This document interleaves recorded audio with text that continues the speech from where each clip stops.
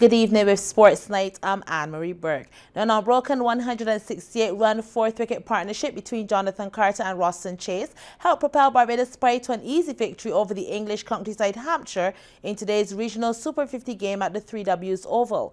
After opting to field first, the Pride restricted Hampshire to 227 for 7 off their 50 overs. Miguel Cummins was again the pick of the bowlers, taking 3 for 27, while the top scoring for the visitors was Sean Irvin with 63 and Joe Weatherly had 51. The Pride were then 63 for 3 at one stage in reply, but an undefeated 92 from Carter, including 7 fours and 85 not out from Chase with 7 fours and 2 sixes, led the defending champions home on 231 for 3 off 46.2 to win by 7 wickets. CBC's Kamal Haynes reports on the runs chase. We pick up the action with the Pride looking to push on from 38 for 2. Here, Jonathan Carter, the new batsman, and he eases the pressure, driving to the long-on boundary to tally his first 4. Shea Hope lends a helping hand, beautifully driving Edwards straight down the ground for the shot of the day. Hampshire saw the resistance by Pride and made a change in the bowling and getting the breakthrough as Hope is caught at cover of the bowling of Christopher Wood for 34, 63 for 3. Roston Chase came to the crease and lifts Wood over the top and down the ground for a well-needed boundary. Chase kept the runs coming, this time spanking Wood to the deep square leg boundary for another 4. Hampshire brought on Bradley Taylor to slow down the runs flow, but Chase sent him through the covers. Taylor clearly wasn't the answer. Taylor into Chase once more, and Chase goes over the top, one bounce into the boundary, moving his tally to 20.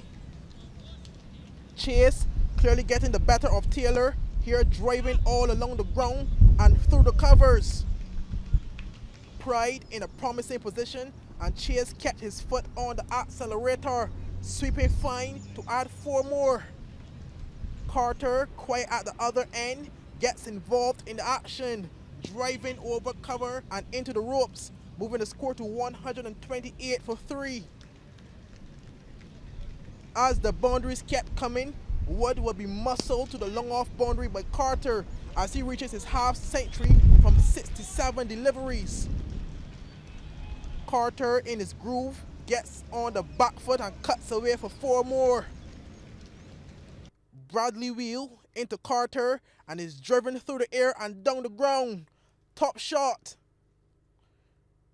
There was no stopping Carter. Here, pulling Taylor to the mid-wicket boundary for 4 as Barbados Pride moved from this position of 176 for 3 to 231 for the same 3, all 46.2 overs.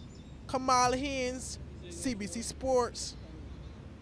The Pride have now moved their record to 2-0 as they top Group A. Meanwhile, Trinidad and Tobago Red Force are off the mark after totally demolishing the CCC Marooners at Kensington Oval this evening.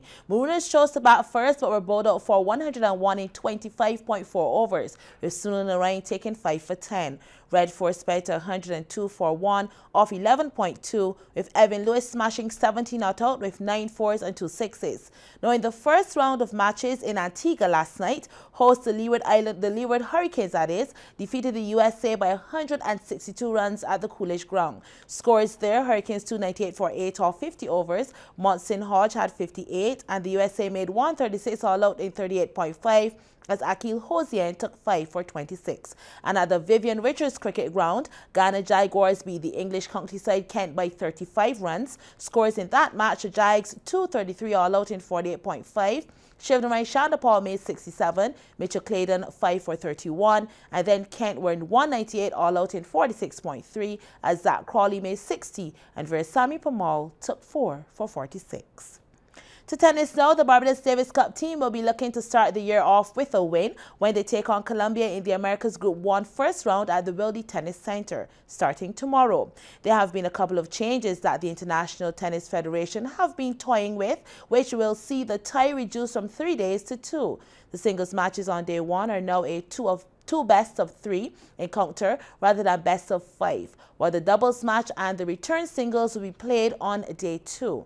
Barbados have played Colombia twice before, both in the 1990s in a lower division where the Bajans lost on both occasions. This time, however, there is a new-look Barbados team. You have Xavier Lawrence and Kippo Marshall being the new faces. Matthew Foster Eswick is also part of the setup. However, it will be the two veterans in Darian King and Hayden Lewis to play in both the singles and doubles. The draw took place this morning at the Barbados Olympic Association's headquarters, and in the slots Lewis against the Colombian #1 Daniel Galan, and they're first up tomorrow, while King will take on Alexandro Gonzalez after that match. Now, Captain Damien Applewhite says he believes the two can handle the pressure of the testing matches. We assess our opposition, and also we assess the format, new format of competition.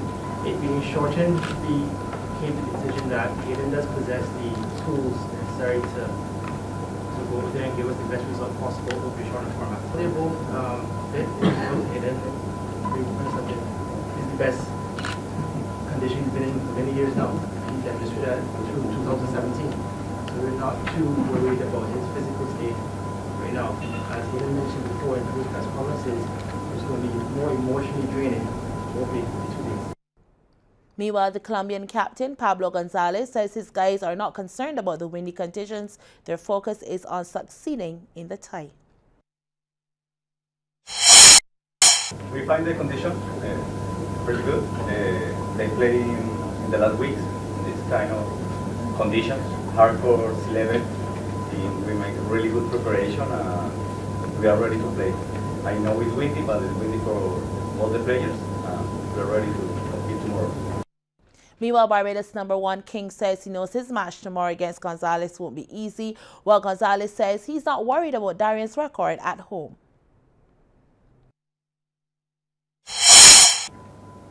Just taking a match at a time, and Alejandro definitely have seen each other in previous tournaments and stuff, so definitely we know that it's not going to be easy for none of us, so it's just to go out there and play point by point in the game and see what the result happens. I know, of course, Barbados and all his players, especially Darian, they are very strong here. You know, like we know he's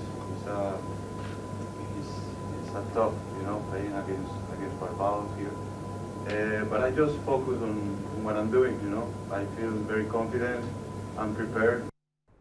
The opening match starts at 10 a.m.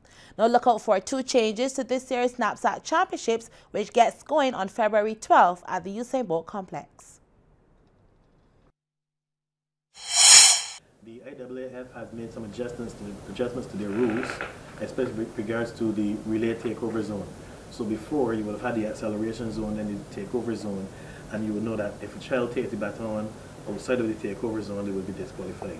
They have now made the entire zone one thing, so the full 30 meters, baton can be exchanged anywhere inside of that 30 meters, and the child can run on. So that we're believing that that would be better for the primary school and the development of the sports. So there should be a lot less disqualifications at NAPSAT due to that technicality.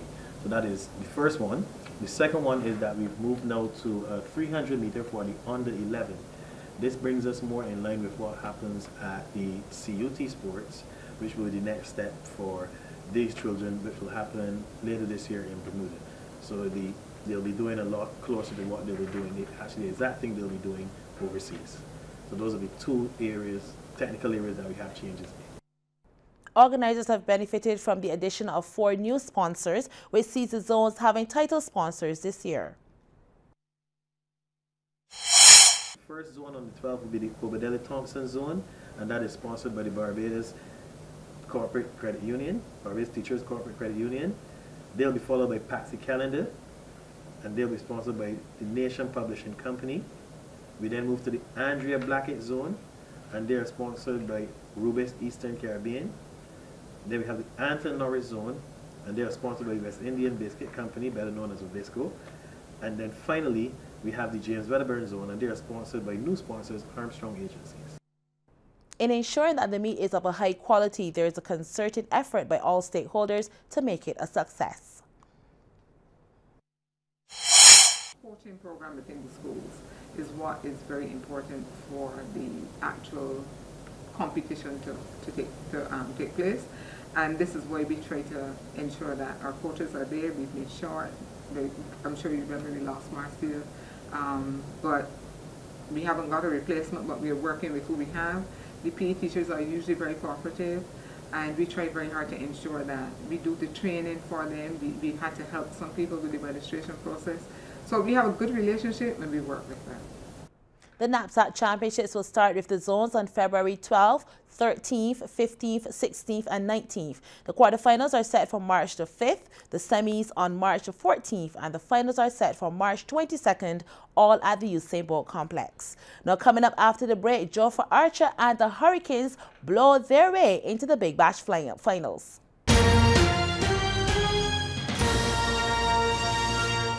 And here are some of the events happening tomorrow, February the 2nd. Davis Cup tennis action, Barbados versus Colombia, starts at 10 a.m. at the Wilde Tennis Center. And several schools will have their inter-house sports from 10 a.m. as well, including Springer Memorial at the stadium and the Lodge School at Messiah Street in St. John. And that's Sports Night, the Thursday edition. I'm Anne-Marie Burke. Good evening.